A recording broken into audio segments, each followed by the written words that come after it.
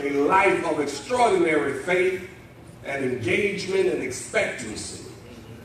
We're invited to live extraordinary lives, not to be typical.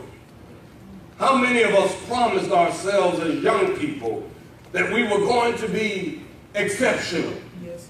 That we were going to be extraordinary. We dreamed as children of being something great or doing something great, and we committed to ourselves, one day I'm going to be extraordinary. I'm going to live a life of extraordinary faith.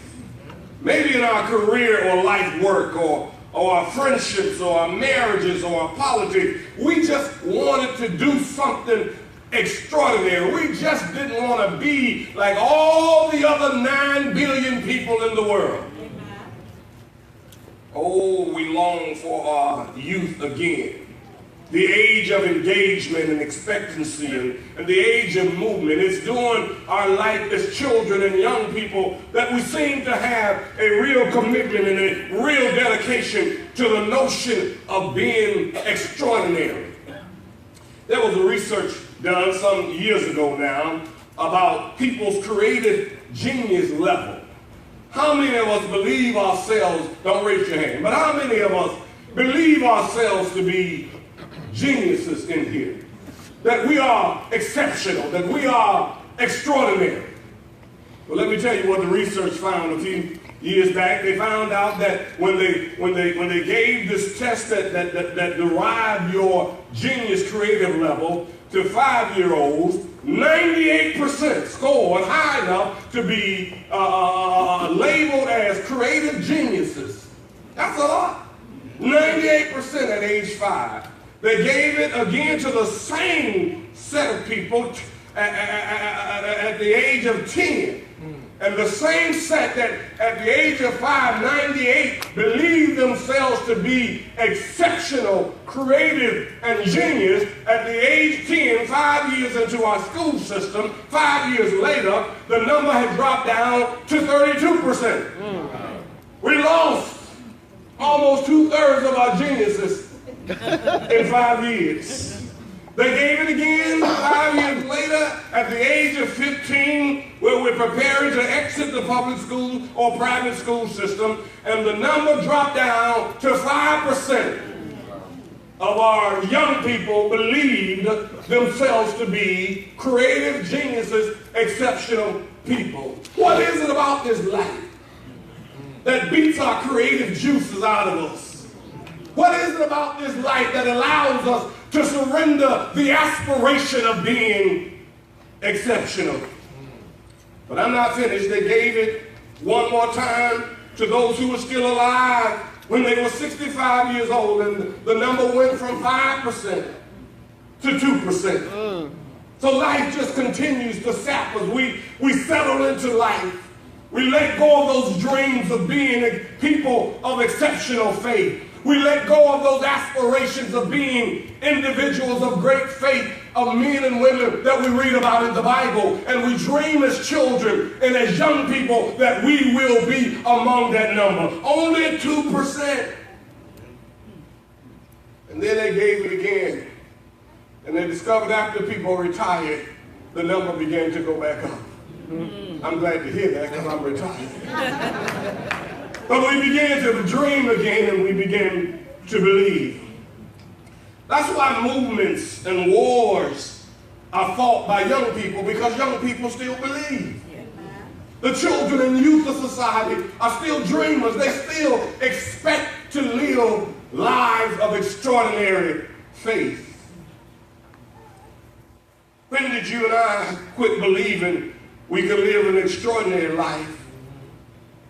God called Abraham. And when God called Abraham, he wasn't an old man. He was a young man.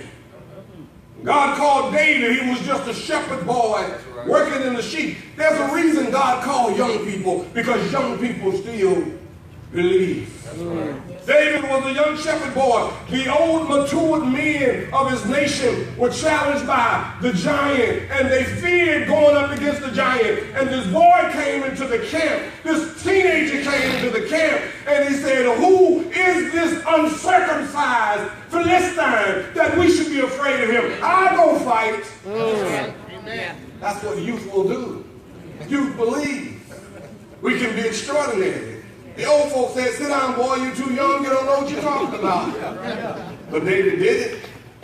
And many times when we envision the apostles, we envision them as men in their 40s and 50s, but when Jesus called them, they were young men, late teens, early 20s, because we still believe. When Jesus had the mission of creating a church, he didn't call me in my age, he went to some young men. Men in their late teens and early 20s, and he said, come follow me. And Matthew got up from the table. And and Peter and his brother Andrew, they left their fishing dock to follow. Why do this spirit live in only too often the young? Mary, when God called her to birth our Savior Jesus, was a young girl. Martin Luther King Jr., we often think of him as an old seasoned man, even though he died at the age of 39.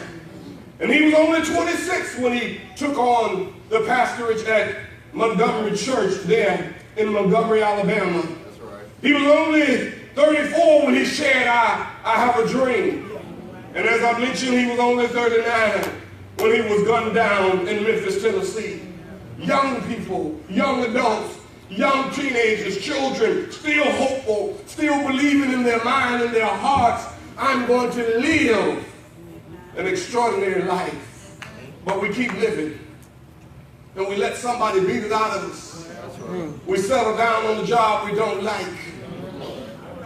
Amen, Walls. We live in neighborhoods we don't want to be in. Sometimes we marry folk that we don't want to be with anymore. But we settle down and take life, and we let our dreams of living an extraordinary life of faith slip away from us. But I'm here to tell you this morning, you don't have to be young. You don't have to be young to have an extraordinary life of faith. But you do have to be young at heart. You don't have to be young, but you have to be young of heart. And no matter what age you are, you should strive to stay young. You should strive to stay young and young at heart and playful and serious and committed and goal-oriented. You ought to just keep saying, I'm going to live an extraordinary life. I'm not settling. I want an extraordinary marriage. I want an extraordinary job. I want an extraordinary church. I want extraordinary children. I want extraordinary grandchildren. I'm going to be like David. Surely goodness and mercy can follow me. How long? All the days of my life. David said over there in Psalms 35, I once was young, but now I'm old. But between young and old, I have never seen the righteous forsaken or his seed beg bread. God used young or young at heart folks. He called Moses. Moses was young at first when he was in the house of Pharaoh. But then after about 40 years, he went out into the wilderness for another 40 years. So when God called him into that burning bush, Moses was about 80 years old, which proves you don't have to be young, but you got to be young at heart. I'm going to need your help here. Get from the Exodus chapter 3. You don't have to be young. You just have to hold that passion. You just have to have every phase of your life saying, I'm not settling. I'm not getting ready to settle in. I'm not getting ready to live a humdrum life. I'm not getting ready to be an ordinary Christian. I'm going to be a person with a life of extraordinary faith until the end. Here Moses is now. He's been 80 years wearied and tired, and he dreamed as a boy in Pharaoh's house that he would one day be Pharaoh himself, and he was educated and prepared and ready, and life didn't exactly work out that way. That's right. Yes. And then out there in the wilderness for 40 years, serving with his father-in-law Jethro and taking care of sheep. It wasn't the life, Gerald, that he envisioned for himself. I imagine there were days he sat there listening to the bleating of those sheep, thinking to himself, my God, how did I end up out here? But because he was young at heart, he didn't settle. He didn't say, well, my time is past. You see, some of us just believe it's too late for me. Life didn't work out for me. Things went wrong for me. My career didn't work out for me. My marriage didn't work out for me. That church didn't work out for me. That neighborhood didn't work out for me. No. You have to at every phase stay young at heart. Watch it now. In Exodus chapter 3, verse number 1, what does your Bible say? Now Moses. It says now Moses was tending the flock of Jethro. Oh, I like the sound of your voice, bro. Lord. Let's do it again. Go ahead. Let's do it one more time. That's right. Almost sound like anyhow, go ahead. Now Moses was tending the flock was of Jethro. tending the flock of Jethro. Now, just remember that. He was down on his luck. Yeah. Being Pharaoh had slipped away from him. Being somebody great in Egypt had escaped him. Now he was sitting on a rock, taking care of somebody else's sheep. Right. He didn't even have his own sheep. Read, if you will. What does your Bible say? The flock of Jethro. The flock of Jethro, his father-in-law. The priest of Midian. The priest of Midian. Read. And he led the flock. He led the flock of the desert. On the side of the desert. And came to Horeb. Sometimes your life goes from the palace to the desert. But you still need to be young at heart. You see, children never worry about failing. They just get up and go again. That's right. When we get grown, we start fearing our failures. Help us. We start fearing and being scared of what people going to say. Children don't care what you say. That's right. Children say what they want to say. They don't worry about what you say. That's right. You see them in the store, they say, Mama, look at that fat man. They don't worry about it. That's the nature of a child. Watch it now. What does your Bible say? He came to Horeb, the mountain of God. He came to Horeb. Now, he was out there doing his sheep duty in the desert. And he came to a mountain. And what happened? There the angel of the Lord appeared to him. There the angel of the Lord appeared to him. In flames of fire. In flames of fire. From within a bush. From within a bush. Now, he was out there. You got to follow this now. Life had changed on him. He's 80, but he's still young at heart. He's sitting there remembering what it was like to live in Pharaoh's house, that his dreams had slipped away from him. And he turns out there on his luck, but he sees something extraordinary. He sees a bush that's burning. But even though it's on fire, the bush is not being consumed. It seems to be burning perpetually. Moses turns at 80, still young at heart, and he says, what's that? You see, that's one of the characteristics of remaining young at heart. You got to stay curious. All right. You got to always wonder, what if I do this? Yes. What if I quit this job and get another? What if I quit this job and start a job? Yes. What if a young at heart person always seeking to figure out, what if? Yes. Watch it now. What does your Bible say? So Moses thought. Moses thought. I will go over and see this I'm strange going to go sight. see this strange sight. While the bush is not burned up. You see, old folks, and I don't mean old physically, I mean old at heart, they don't ever, I don't know what they did, I don't care. I don't care. I just don't go home. Yeah. Turn on TV. I don't care. See, you can't be extraordinary like that. Yes. One of the things you need to be extraordinary is to stay curious. To ask yourself, what's that? You ever notice the nature of children? You ever notice they're curious? I was talking about my grandchildren. You know, they always have questions. What's that, Poppy? What you doing, Poppy? What's that? Where we going? Yeah. How many you got? What's that box for? When did y'all get that? Yes. Why don't you pick that pop is? What's that? And I listen to them with their parent, constantly ask them. And I thank God they got the kind of parent that just tell them. Answer. It's the nature of children to be curious. Don't say, stop asking me all the questions. No, they need to. That's how they grow. Yes. They want to know what's that, where's that, where we going, what's wrong, why you daddy acting like that. They want to know. Keep going. When the Lord saw that he had gone over to look. Now, I want you to read that line again because you can't miss that. When the Lord saw. When the Lord saw that he had gone over to look. God waiting on you to be curious. Yes. Come on. You waiting on God, but he waiting on you. Help us.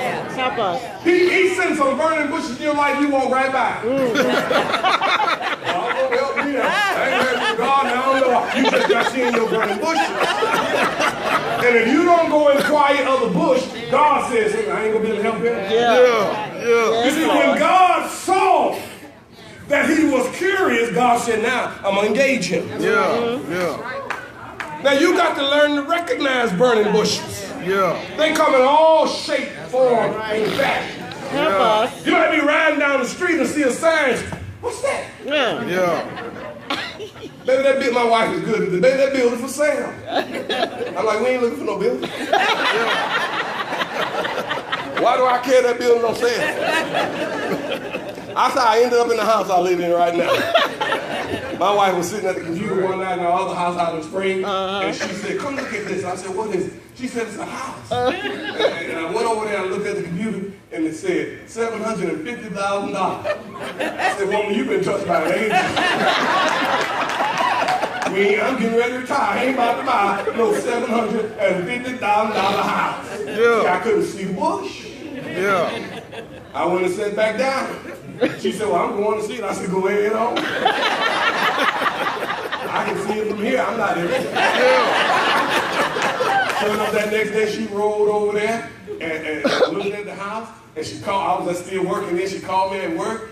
And she said, you need to come to town. I said, Charlene, I told you yesterday. I'm interested in that house. She said, no. She said, I went across the street so people wouldn't see me gawking at the house.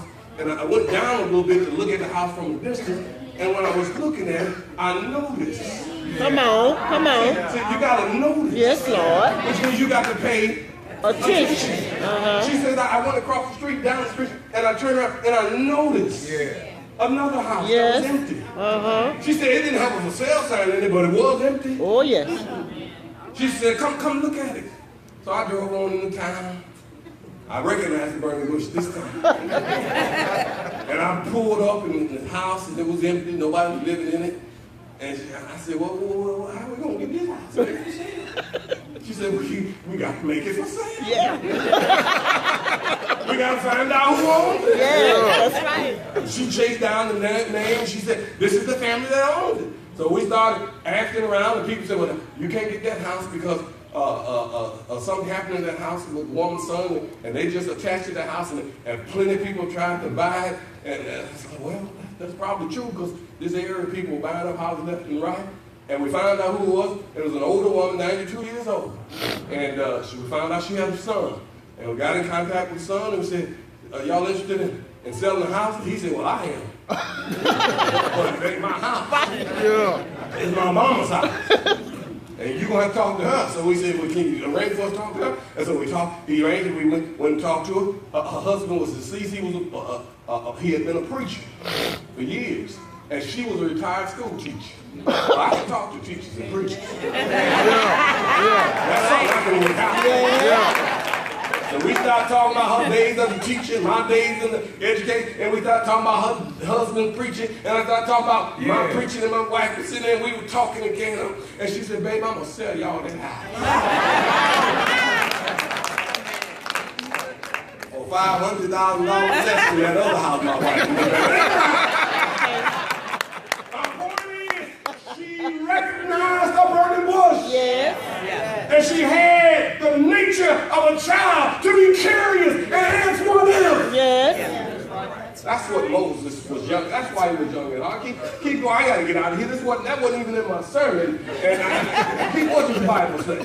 God called to him from within the bush. Called him from within the bush. Once he saw Moses came. Read Moses. And Moses said, here I am.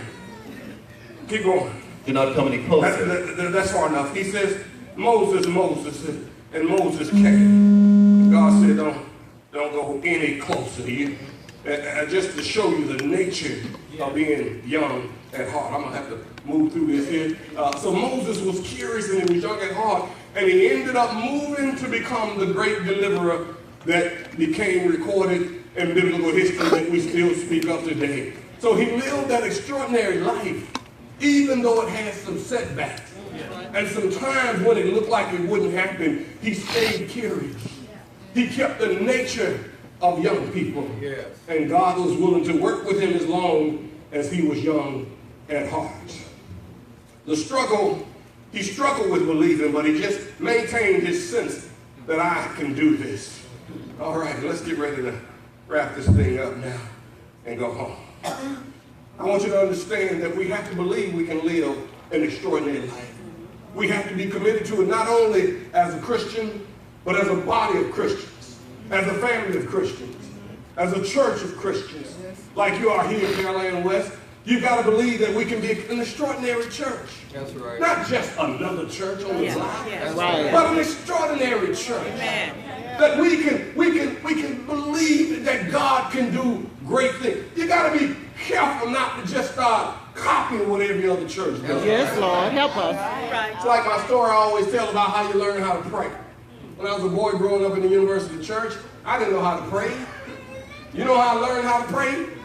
I listened to the old brothers pray. Yeah. A little boy, you grow up, you hear those prayers. You memorize those phrases. You know they pray for the sick and the afflicted. And so you just memorize that, because you know one day you're going to be called on it. And sure enough, as a teenager, they called me one day to pray, and I got up there, my knees were shaking.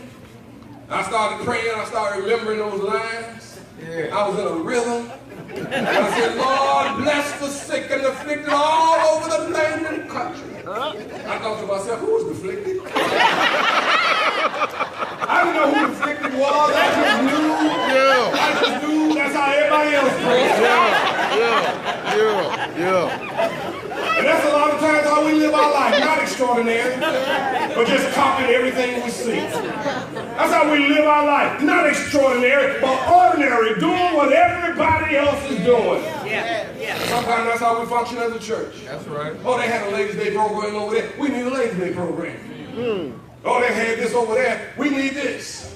Oh, they had one of those. Don't be ordinary. Yes, Lord. Be extraordinary. Say to yourself, God has blessed us to come to this new place, and God is ready to show us a new thing. Oh, I want to close now in Luke chapter 7. I want to close in Luke 7. I want you to get this, church. Stay with me in Luke 7, and if you will, get to about verse number 36. And my time is going to go off in just a few minutes, and I got to be out of here when it goes off. Luke chapter 7 and verse number 36. How does your Bible read?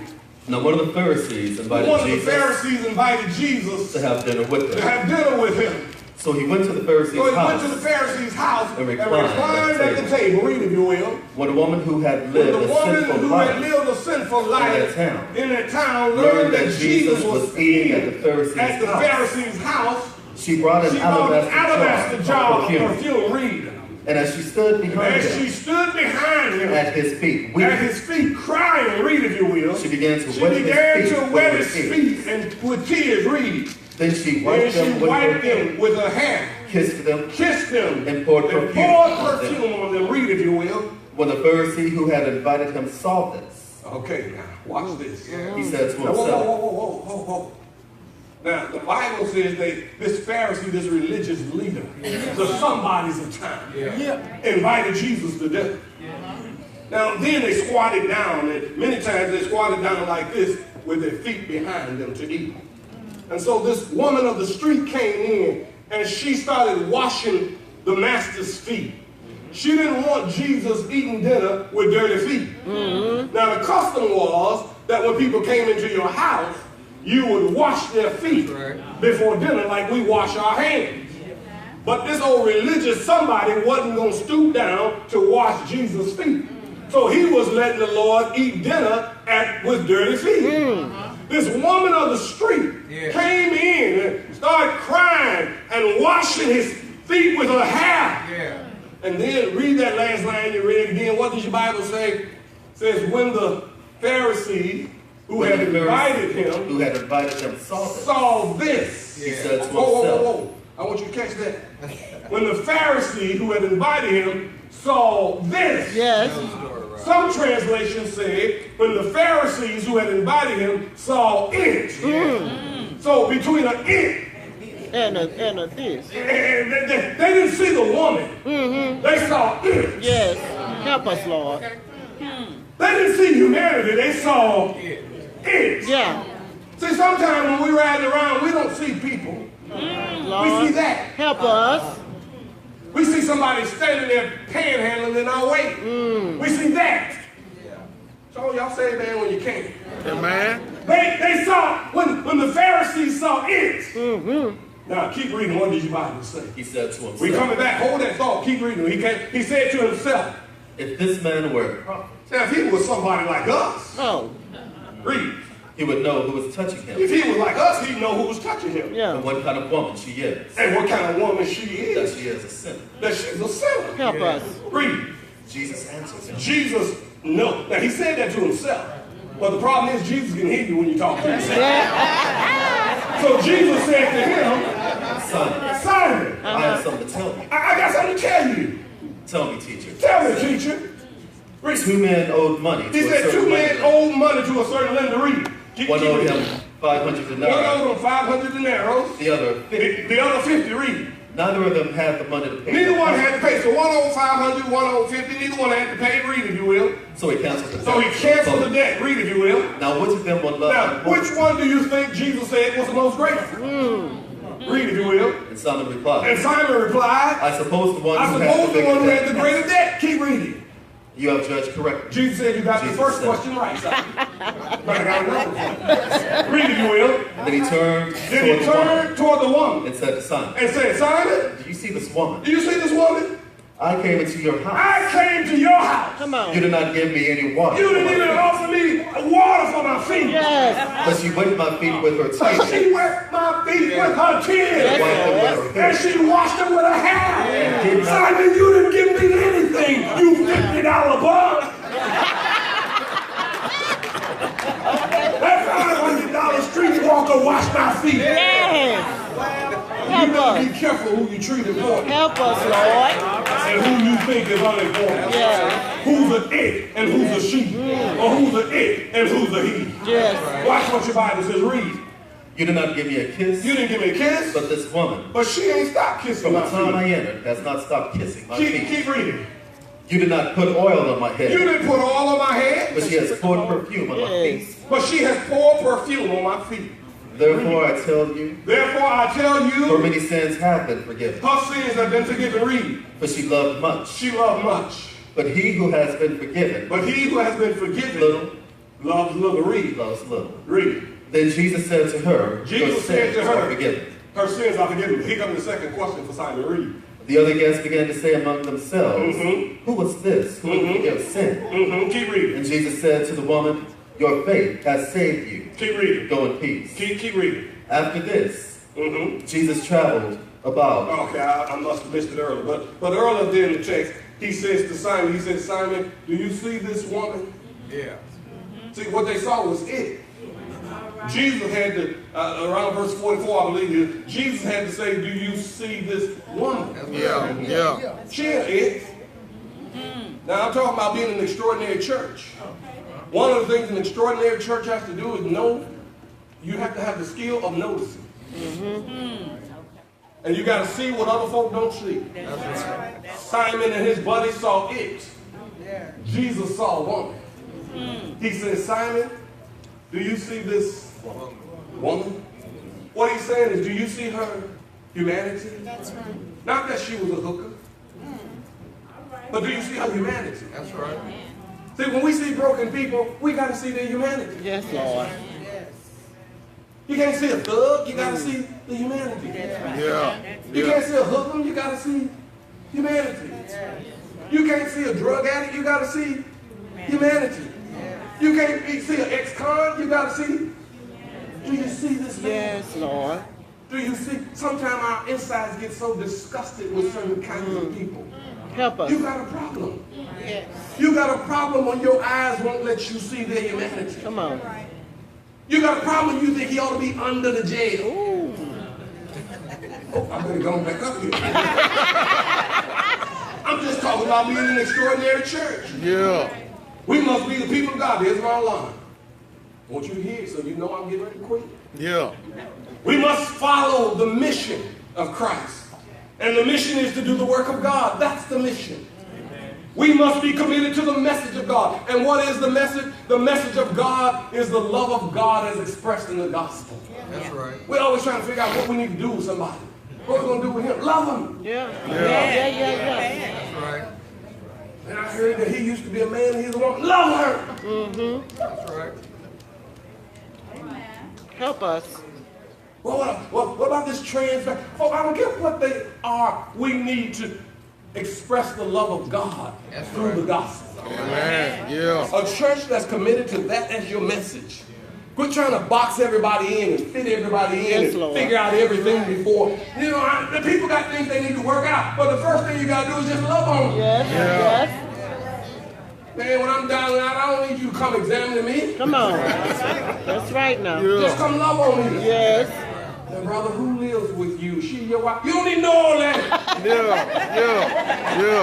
That's your business. All right. Just show me some love. Yeah.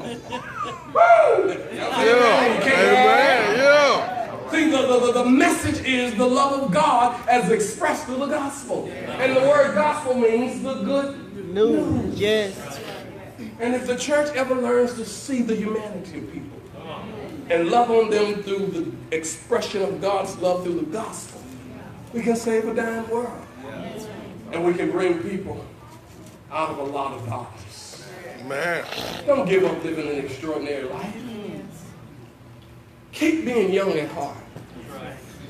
And be committed as a church to being an extraordinary church. Amen. But you've got to train your eyes to see. If you study Matthew, Mark, Luke, and John, the extraordinary thing about Jesus that made him extraordinary was not simply being the Son of God.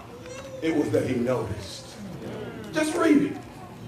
When he went to the pool of Bethesda, everybody fighting and in the crowd, but the Bible says that Jesus noticed a man who had been there a long time. Yeah. When he went to that well, nobody paid that woman attention. Jesus noticed her. Yes, Lord. And he started conversing with her. He didn't start saying, "You that little loose woman from the country." Oh. Yeah. He said, "Give me some water." And she said, "Why are you talking to me?" Right. People don't talk to me. But I notice your humanity. I'm not dealing with the fact he gets later on into some of her complications of her marital situation, but that's not what he starts with. That's right. He just loves her. The extraordinary thing about Jesus was he saw humanity with his eye, and he noticed where he could step in.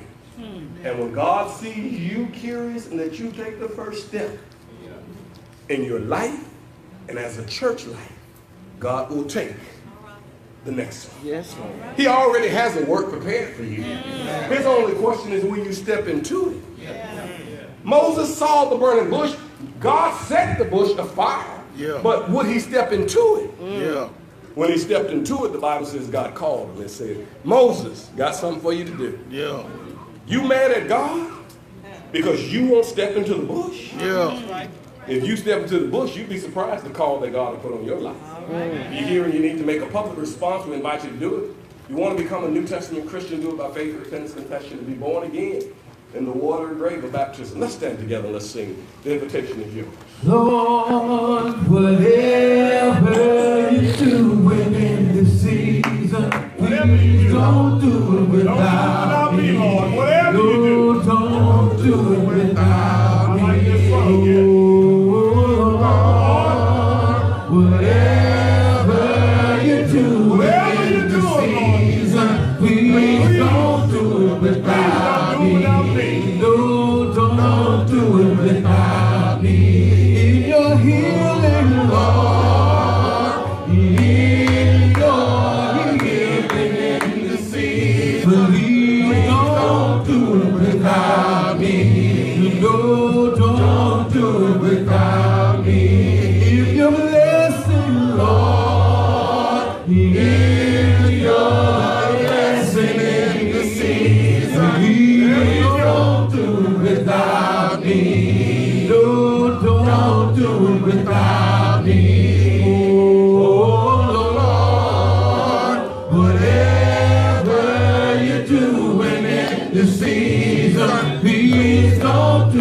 without me. Oh, don't do it without me. Oh, Lord, whatever you're doing in the season, please don't do it without me. No, don't do it without me. Oh, Lord, whatever you're doing in the season, we've been challenged to be extraordinary.